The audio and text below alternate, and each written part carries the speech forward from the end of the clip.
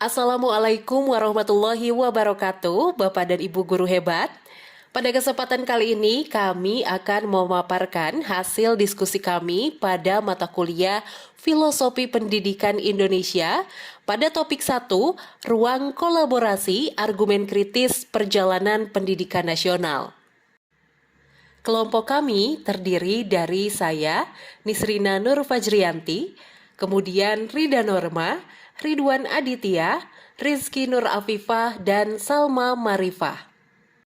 Yang pertama akan dibahas mengenai persoalan apa praktik pendidikan saat ini yang membelenggu kemerdekaan peserta didik dalam belajar dengan melihat perjalanan pendidikan nasional sebelum kemerdekaan dan sesudah kemerdekaan. Dengan melihat perjalanan pendidikan nasional sebelum kemerdekaan dimulai dari zaman VOC dan Hindia Belanda, hanya anak-anak bangsa Eropa saja yang dibebaskan untuk diberikan pengajaran. Sedangkan untuk rakyat Indonesia diberi pengajaran membaca, menulis, dan berhitung hanya untuk mendidik calon-calon pegawai negeri dan orang-orang pembantu usaha milik Belanda saja. Dan ini untuk memperbesar keuntungan usaha-usahanya sendiri. Kemudian setelah itu didirikan Sekolah Bumi Putra untuk calon-calon peserta didik dokter Jawa. Ketika pada zaman etik dan kebangunan nasional pada abad ke-20, sekolah-sekolah tidak dapat melepaskan diri dari belenggu intelektualisme, individualisme, materialisme, dan kolonialisme yang merupakan corak warna jiwa kolonial. Selanjutnya, pada zaman bangkitnya jiwa merdeka, yakni pada tahun 1920, mulai timbul cita-cita baru yang menghendaki perubahan radikal dalam lapangan pendidikan dan pengajaran. Pada 1922 mulai berdiri perguruan-perguruan taman siswa yang diusung oleh Ki Hajar Dewantara di seluruh kepulauan Indonesia, yakni ada di Jawa, Sumatera, Borneo, Sulawesi, Sunda Kecil, dan Maluku. Nah, setelah kemerdekaan, pendidikan mulai merata di seluruh Indonesia dan semua elemen masyarakat dapat merasakan pendidikan. Namun, masih ada hal yang membelenggu dalam pendidikan. Praktik pendidikan yang membelenggu. Apa itu membelenggu? Dalam Kamus Besar Bahasa Indonesia atau KBBI, membelenggu memiliki arti menyebabkan tidak bebas. Menurut Satir dalam Atmaranti tahun 2023 menyatakan bahwa membelenggu jika dikaitkan dengan pendidikan memiliki arti bahwa proses kegiatan yang menyebabkan peserta didik tidak bebas beraktivitas dan terbatas, sehingga mereka tidak mandiri juga tidak dapat berkreasi dengan baik sesuai keinginan mereka. Apa saja penyebabnya? Yang pertama, metode pembelajaran yang serupa. Padahal, setiap peserta didik memiliki gaya belajarnya masing-masing, yaitu auditori, visual, dan kinestetik.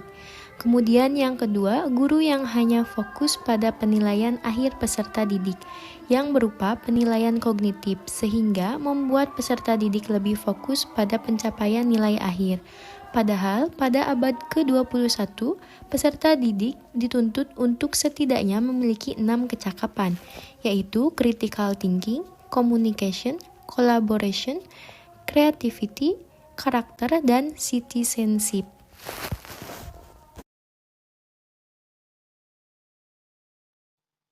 Adakah model-model pendidikan saat ini yang dapat melepaskan belenggu yang belum memerdekakan peserta didik?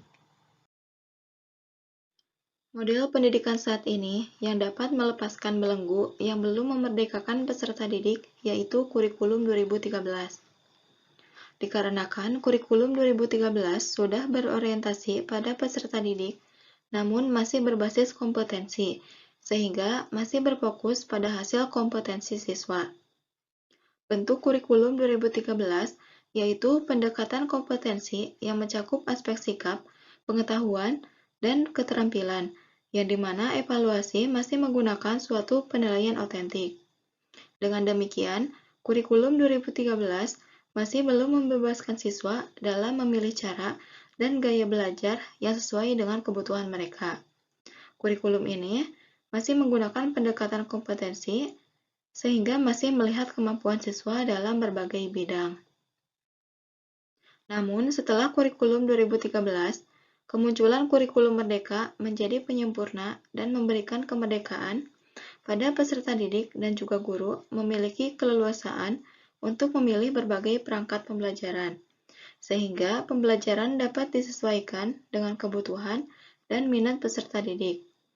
Karena setiap peserta didik mempunyai karakteristik kebutuhan dan kemampuan yang berbeda-beda. Hal ini sesuai dengan konsep yang berfokus dalam kurikulum merdeka, yaitu komitmen serta memiliki tujuan pembelajaran yang harus sesuai dengan kebutuhan, minat, dan aspirasi. Jadi, kurikulum Merdeka Belajar memberikan lebih banyak kebebasan bagi siswanya. Untuk soal selanjutnya, apa yang Anda tawarkan sebagai model pendidikan yang dapat melepaskan belenggu dan memerdekakan peserta didik? Apa itu pendidikan yang memerdekakan peserta didik?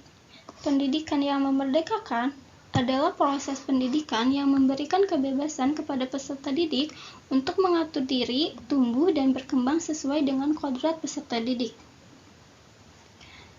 Pendidikan yang memerdekakan peserta didik berfokus pada pemberdayaan peserta didik untuk menjadi individu yang kritis, mandiri, dan bertanggung jawab, sehingga pendidik harus menyiapkan dan melatihkan peserta didik bukan hanya mengenai pengetahuan, tetapi keterampilan-keterampilan yang dibutuhkan, seperti memiliki 6C, critical thinking, communication, collaboration, creativity, karakter, dan citizenship.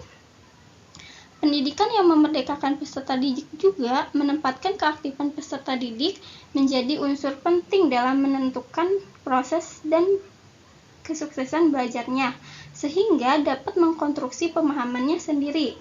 Berdasarkan hal tersebut, mengarah pada kurikulum merdeka. Kurikulum merdeka adalah kurikulum dengan pembelajaran intrakurikuler yang beragam, di mana konten pembelajarannya akan lebih optimal agar peserta didik memiliki cukup waktu untuk mendalami konsep dan menguatkan kompetensi. Karakteristik kurikulum merdeka yaitu pengembangan soft skill dan karakter, fokus pada materi esensial dan pembelajaran yang fleksibel. Pendidik dapat mengembangkan metode pengajaran yang kreatif dan inovatif, dan hendaknya memotivasi dan menginspirasi peserta didik, agar peserta didik mampu mengoptimalkan potensi yang dimilikinya. Untuk menjadi inspiratif, pendidik haruslah memahami karakteristik peserta didiknya, sehingga memberikan perhatian yang sesuai, memberikan semangat, motivasi, dan mengapresiasi kinerja peserta didik. Adapun pembelajaran yang dapat melepaskan belenggu dan memerdekakan peserta didik diantaranya pembelajaran berdiferensiasi. Pembelajaran berdiferensiasi adalah proses belajar mengajar yang memberikan kesempatan kepada peserta didik mempelajari materi pelajaran sesuai dengan kemampuan dan juga kebutuhannya masing-masing.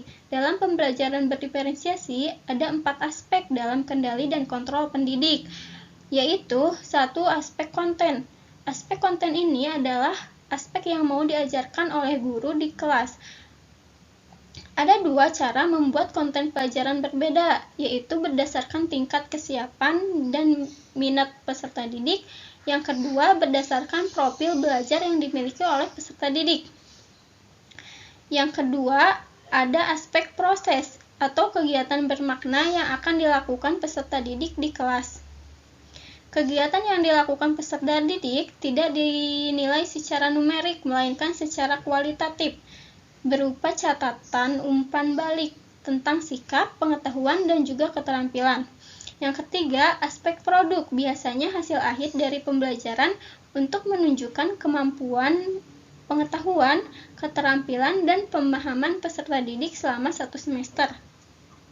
Yang keempat, lingkungan belajar. Lingkungan belajar ini harus disesuaikan dengan kesiapan peserta didik dalam belajar, minat belajar, agar memiliki motivasi yang tinggi untuk belajar.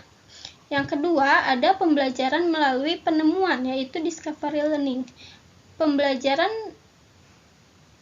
penemuan adalah memahami konsep, arti, hubungan melalui proses intuitif untuk akhirnya sampai kepada suatu kesimpulan.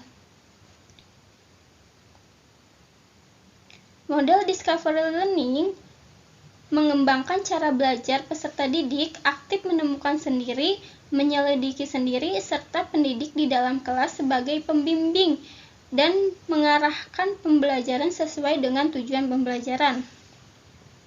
Discovery terjadi bila individu terlibat terutama dalam penggunaan proses mentalnya untuk menemukan beberapa konsep dan prinsip. Ketertarikan pada model pembelajaran ini bukan tanpa alasan, karena pembelajaran tersebut dapat membuat peserta didik mengkonstruksi pengetahuannya sendiri, sehingga pembelajaran akan lebih bermakna. Model pembelajaran ini bertujuan untuk mengubah kegiatan pembelajaran yang awalnya dari teacher-oriented menjadi student-oriented.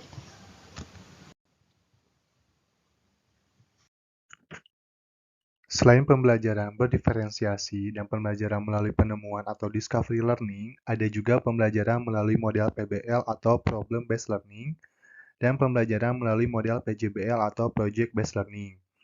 Model PBL adalah model pembelajaran di mana peserta didik dihadapkan pada masalah nyata sehingga diharapkan dapat menyusun pengetahuannya sendiri, menumbuh kembangkan inquiry dan keterampilan tingkat tinggi, memandirikan peserta didik, dan meningkatkan kepercayaan dirinya.